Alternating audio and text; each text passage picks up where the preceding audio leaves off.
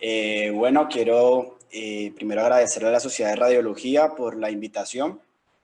En este espacio la idea es hablar sobre falsos positivos y falsos negativos en radiología. Como ya lo mencionó Oscar, mi nombre es Juan Felipe Orejuela y soy ingeniero biomédico de la Fundación Valle y Lili. Mi idea es en este espacio generar al final un momento para que haya una discusión donde las personas que nos están acompañando puedan participar con sus experiencias o con casos que ellos hayan vivido para que sea un sitio, un espacio de construcción y digamos que en este tema de errores en radiología que es tan crítico en nuestros servicios. Entonces he traído...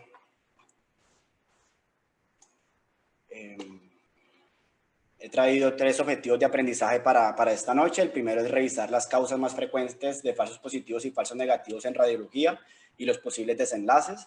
Discutir el impacto de los errores en radiología en el paciente, en la institución, en la práctica radiológica y en el sistema de salud. Y revisar algunos casos ejemplo y discutir estrategias útiles que hemos implementado para minimizar la ocurrencia de errores en la práctica radiológica. Como lo decía hace un momento, la idea es generar un espacio de discusión porque claramente yo voy a hablar sobre mi experiencia profesional en la institución donde trabajo y sobre los casos que yo he revisado en la literatura, pero seguramente en las personas que nos están acompañando hay experiencias diferentes y hay estrategias diferentes que han implementado ellos que sería muy útil que nos compartieran al final de la charla.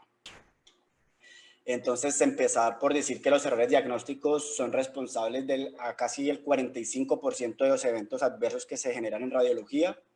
Hasta el 30% de los informes en radiología presentan al menos un error según lo que hay en la literatura y hay errores mínimos y errores graves. Errores mínimos, por ejemplo, como una prestación, el nombre de la prestación inadecuada o no registro de dosis de radiación o no registro del medio de contraste en términos de cantidades y tipo, que pueden generar algunos impactos desde el punto de vista administrativo y otros errores que son mucho más graves, por ejemplo, una omisión diagnóstica o una falta de oportunidad en el reporte de un hallazgo crítico que puede involucrar la vida de un paciente.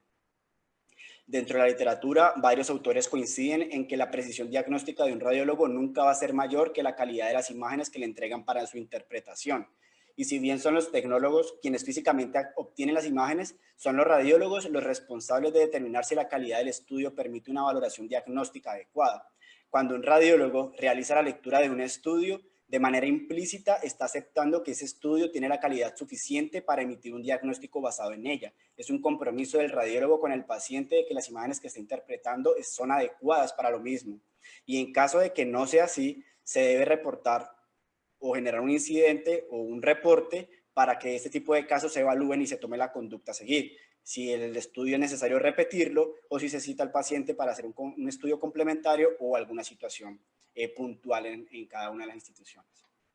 Entonces, recordar también un poco el ciclo de la imagen diagnóstica, todo parte a partir de una pregunta clínica, se solicita el estudio, se prepara el paciente, se realiza la adquisición de las imágenes, se procesan las imágenes en algunos casos, se hace la percepción del estudio, la interpretación del estudio por parte del radiólogo que genera un informe radiológico a través del cual se comunica el diagnóstico al médico tratante, quien toma una acción clínica.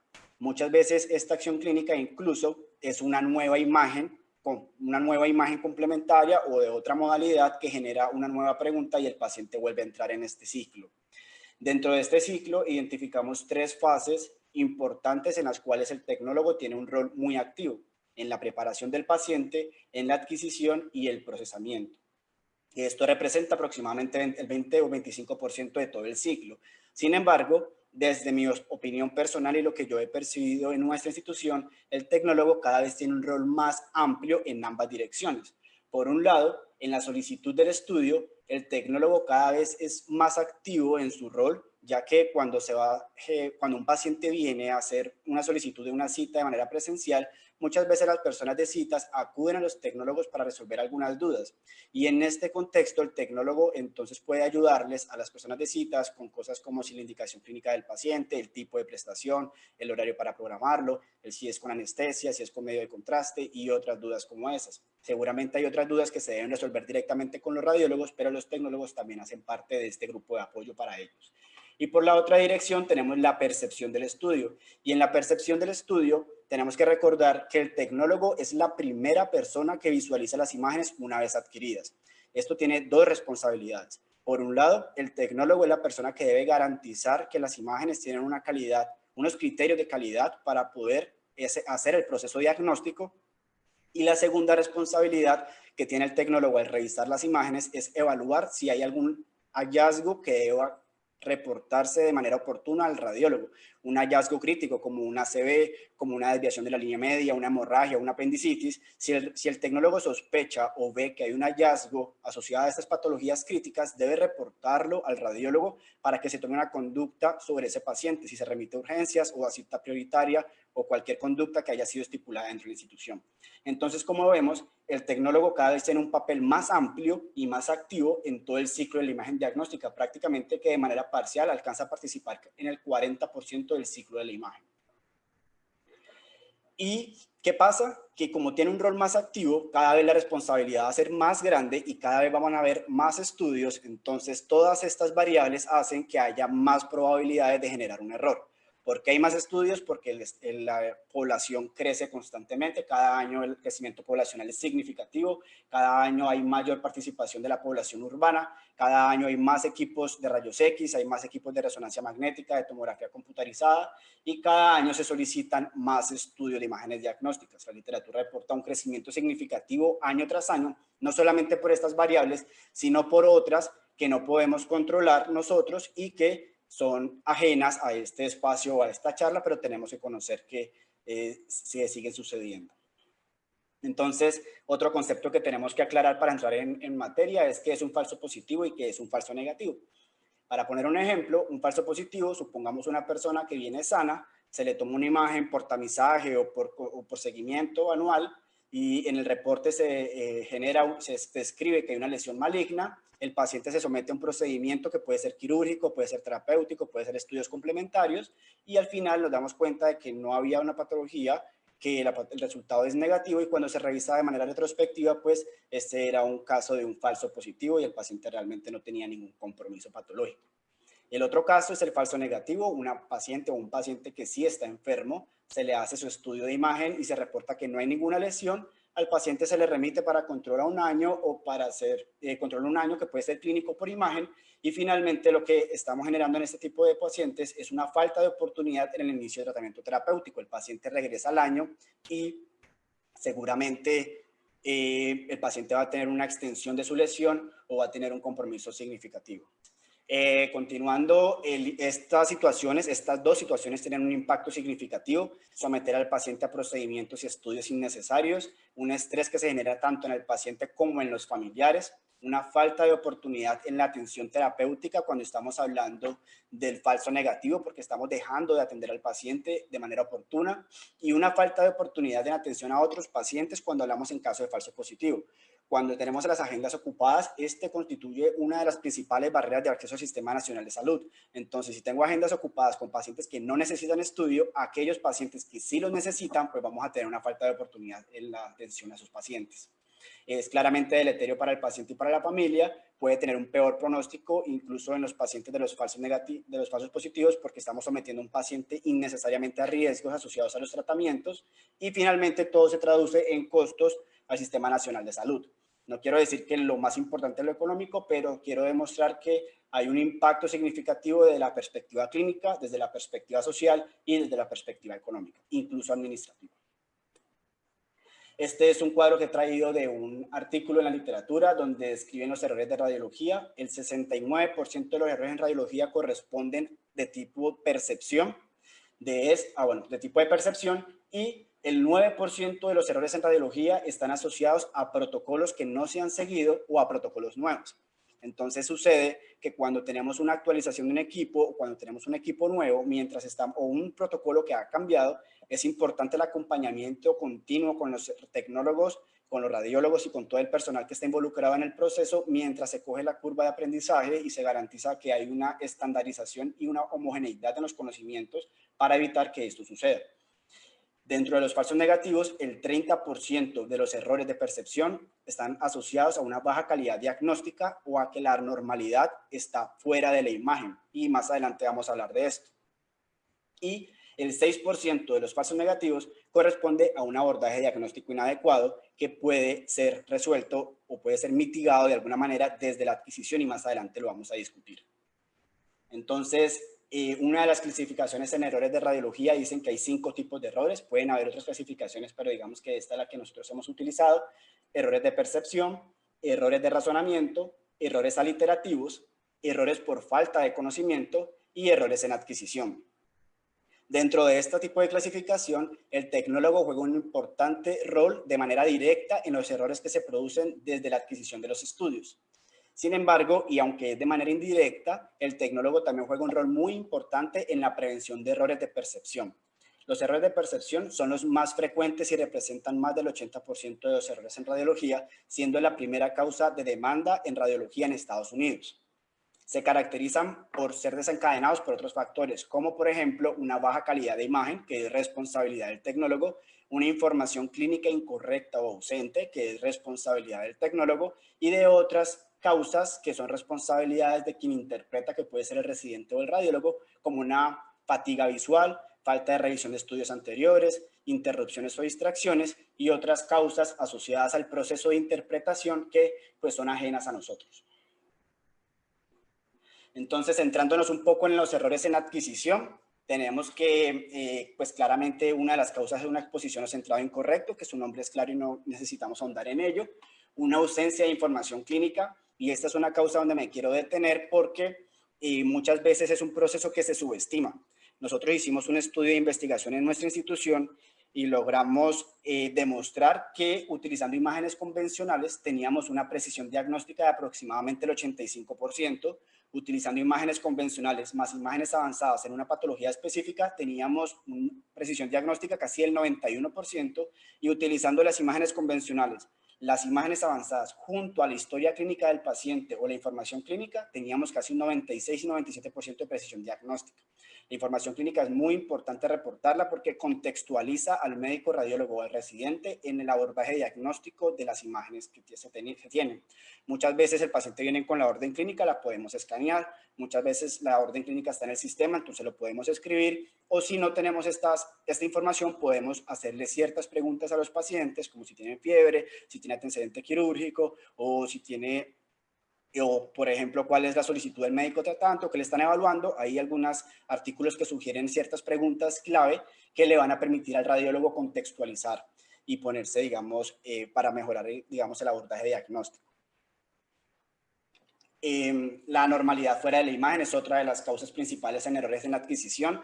Nosotros tuvimos un caso hace varios años, donde al paciente se le solicitó una tomografía de tórax.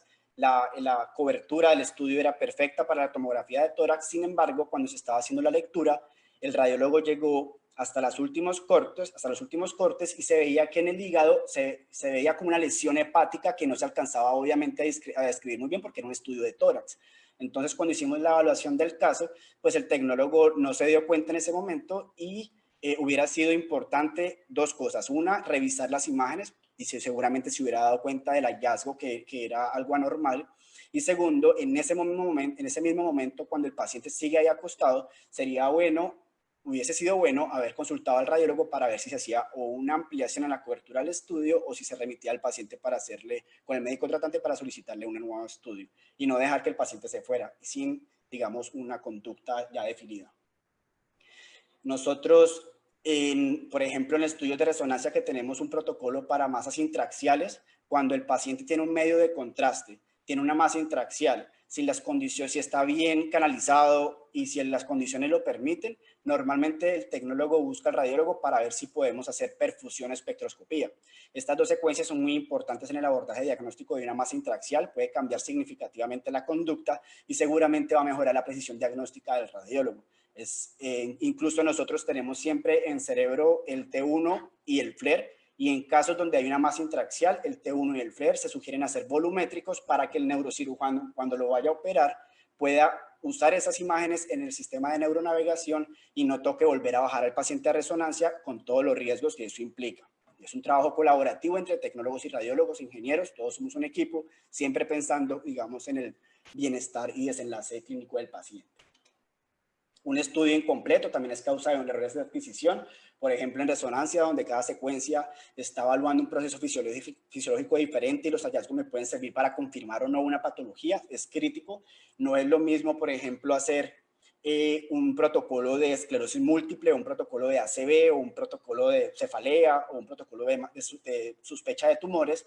Cada uno tiene secuencias o en un orden diferente o secuencias diferentes y hay que ser sensibles al tema porque a veces en resonancia pasa mucho que si el paciente no nos colabora, nosotros debimos haber garantizado al menos las imágenes más importantes del protocolo. Entonces, el estudio incompleto es una causa, los protocolos técnicos inadecuados, como lo venía comentando, también es otra causa de errores de adquisición.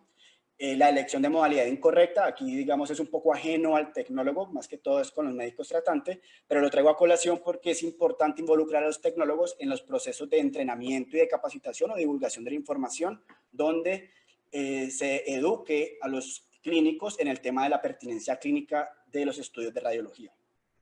Y finalmente, proyecciones o una acomodación inapropiada, que sí es responsabilidad del tecnólogo, y vamos a ver más adelante algunos casos. Este es un caso de un paciente de 75 años con hipotensión súbita durante biopsia de próstata, sin sangrado, se le solicita un angiotac pulmonar y se realiza, digamos, el protocolo de rutina. Los hallazgos están marcados en flechas, que es de lo que voy a hablar, y en la imagen de la izquierda se observa una técnica inadecuada, con pérdida al bolo de contraste, se encuentra prácticamente que el contraste está concentrado en la aurícula izquierda y no se observa bien la circulación pulmonar. Hay como un hallazgo asociado a un defecto de llenado, donde se ve la flecha verde en esta parte de la pantalla, que sugiere un embolismo pulmonar. Sin embargo, el radiólogo ve que la calidad del estudio no es adecuada para el abordaje que se quiere hacer, para el tipo de diagnóstico que se quiere descartar, y se solicita un nuevo estudio donde vemos una circulación pulmonar pues más opacificada y no hay ningún embolismo pulmonar. Este caso es de la literatura, de donde se discuten los falsos positivos en los estudios de TEP. Este es otro caso de un paciente con 24 años con dolor torácico. Se le solicita también un angiotac pulmonar y vemos que hay artificios por endurecimiento del haz en ambos lados. En el lado derecho hay una concentración del medio de contraste en la vena cava superior y en el lado izquierdo también hay una concentración de medio de contraste que genera artificios por endurecimiento y se ven imágenes de pseudoémbolos que pudieran confundir a un radiólogo poco experimentado o a residentes. Tenemos que saber que los residentes son como la segunda fila de vigilancia en estos casos, y aunque hay herramientas para que ellos sepan, por ejemplo, a partir de las unidades Hounsfield o haciendo la trazabilidad de cada una de las marcas radiales del ruido, pues se van a poder identificar que realmente no es una patología, sino que es un ruido asociado al endurecimiento del haz. Sin embargo, es importante que los estudios garanticen una calidad diagnóstica apropiada sin ese tipo de artefactos para que ese ruido no esté en la evaluación diagnóstica. Incluso algunos autores dicen que los ruidos fisiológicos o un ruido por mala técnica está dentro de los diagnósticos diferenciales a los que se enfrenta un radiólogo, porque lo primero que hay que descartar es si es ruido, y si ya descartamos que no es ruido, entonces ahorita sí vamos a ver cuál es el diagnóstico de este paciente. Este caso también es de la literatura. Entonces, ahí se han hecho algunos estudios que han evaluado cuáles son las causas de los principales falsos positivos. Vemos que el 42% corresponde a un movimiento por respiración del paciente, el 22% corresponde a un endurecimiento del haz, que es más o menos lo que ya habíamos hablado en los casos anteriores, o una opacificación inadecuada en el 18%. Y de manera interesante, ellos mencionan que bien que no hay una discrepancia asociada a confusiones por falta de conocimiento de anatomía o de errores de percepción, sino que la mayoría de errores están asociados a las causas que se han manifestado y que vemos en este diagrama, que están asociados a una técnica de adquisición. Este es otro caso de la literatura. Al lado izquierdo tenemos una reconstrucción sagital de una tomografía computarizada de un paciente con antecedente de traumatismo cervical que muestra una supuesta fractura de luxación de un cuerpo vertebral. Vemos un desplazamiento, pero también vemos que hay una pérdida de continuidad en la vía aérea. Al paciente se le repite el estudio y vemos al lado derecho que el canal medular está íntegro y que realmente no hay ningún desplazamiento del cuerpo vertebral. Hubiera podido pasar como un falso positivo. Este caso, puntualmente, que está descrito en la literatura, no alcanzó a llegar al paciente. Fue identificado durante la interpretación del estudio.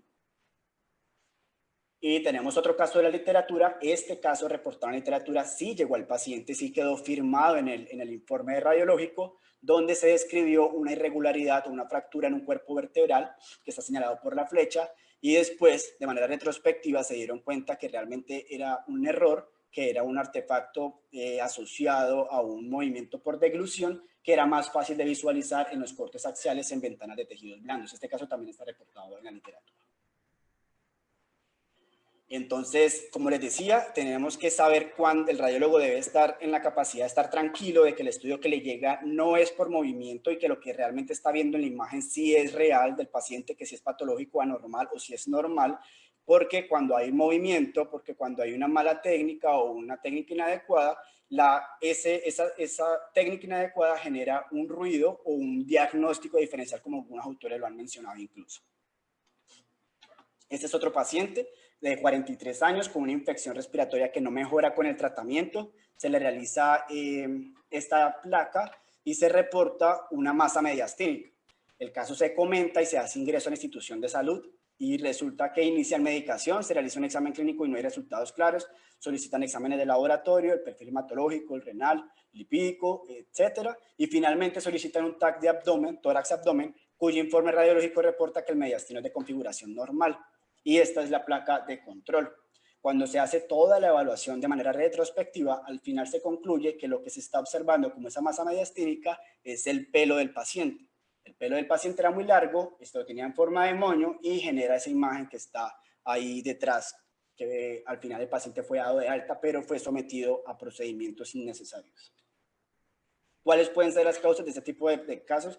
Estos casos parecen muy obvios cuando uno los revisa de manera retrospectiva, pero son del día a día y es el afán de realizar pruebas de pacientes de urgencias, no solamente porque hay muchos pacientes a veces en fila, sino por la presión de los médicos clínicos, de que todos los estudios son prioritarios y no sacamos ese espacio para realizar paciente a paciente de manera consciente de lo que estamos haciendo.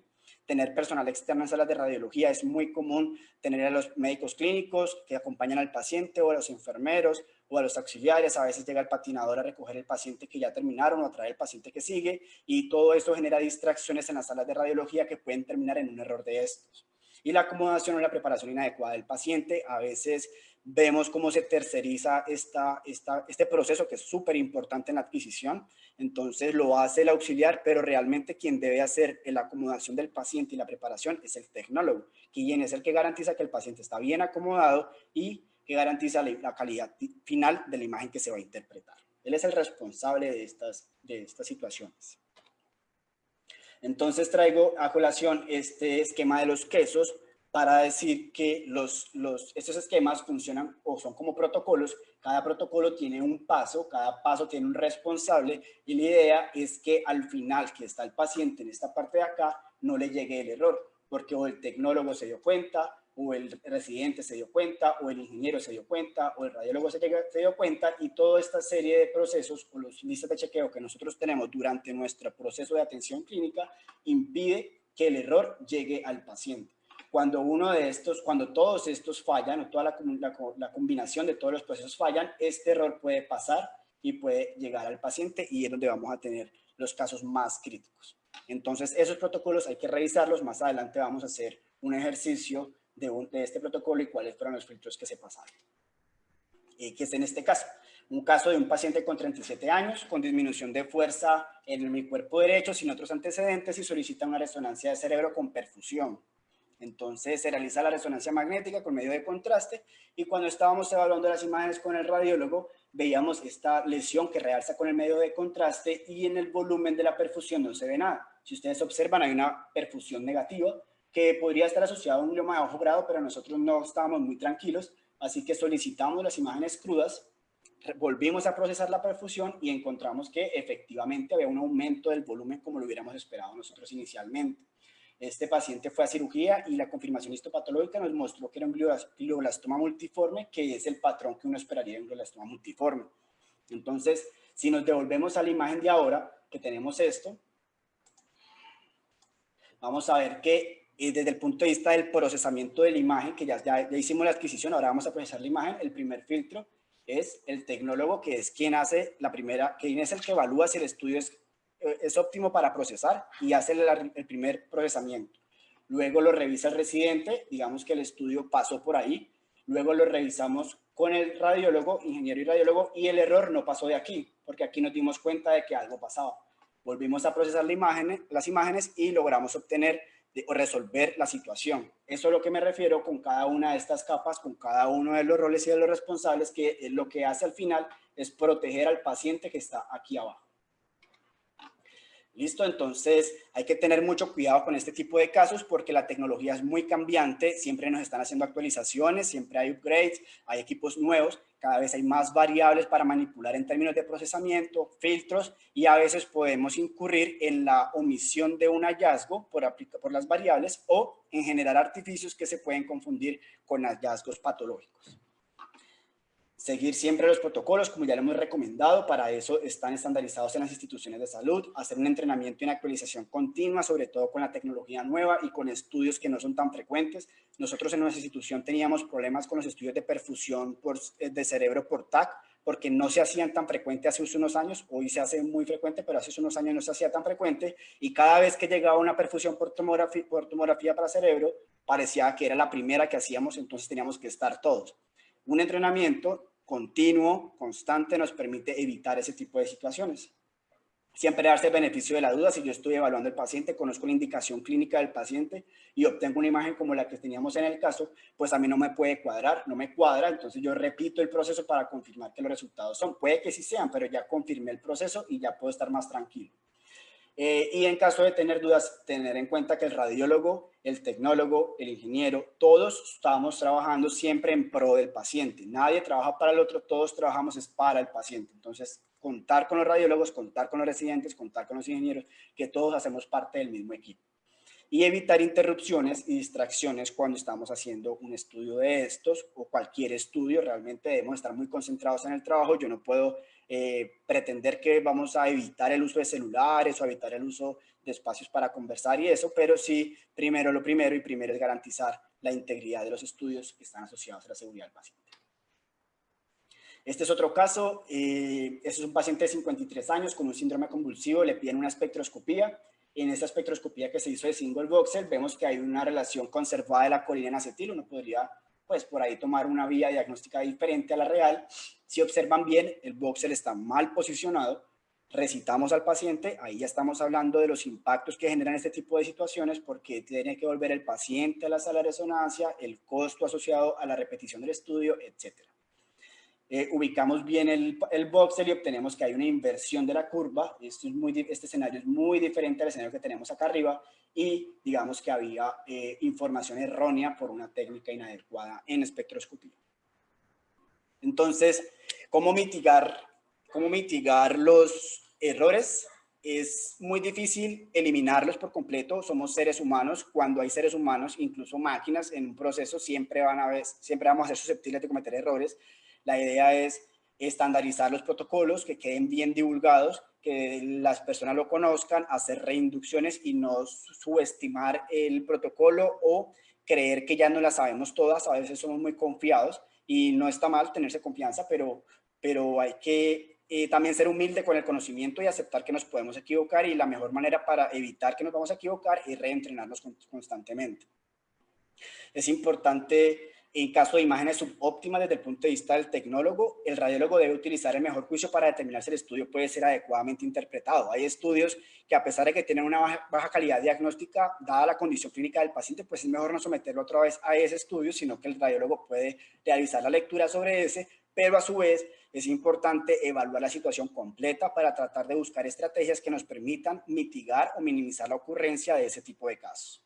Es muy importante la intervención del radiólogo en estos casos.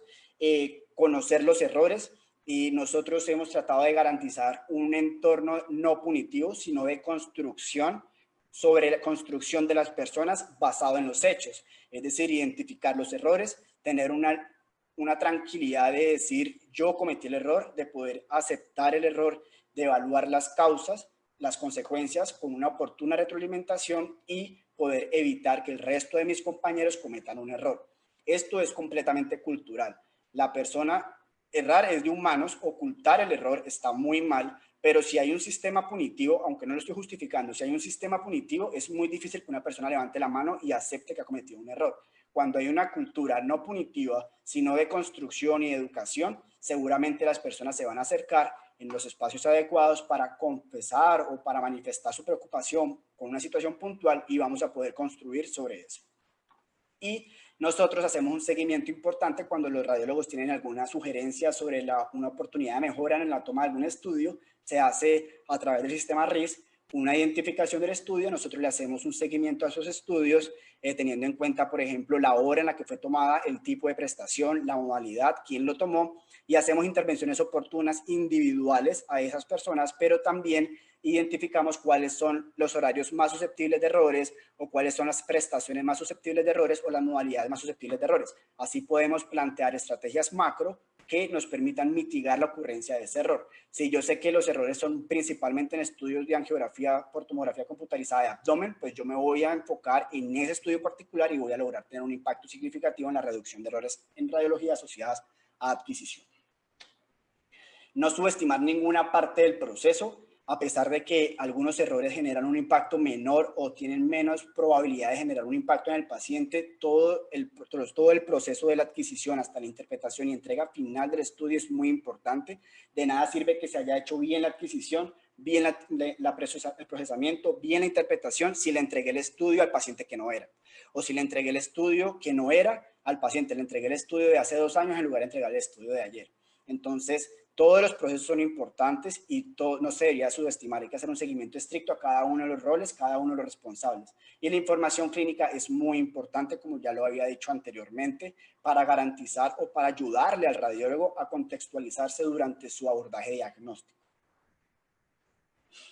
Finalmente, como ya les había dicho, es crear una cultura de educación, no estigmatizar el error ni que se vuelva algo punitivo o como de vergüenza para la persona que comete el error, sino que se construya sobre el hecho. No destruir a la persona, sino construir las personas sobre los hechos que han ocurrido.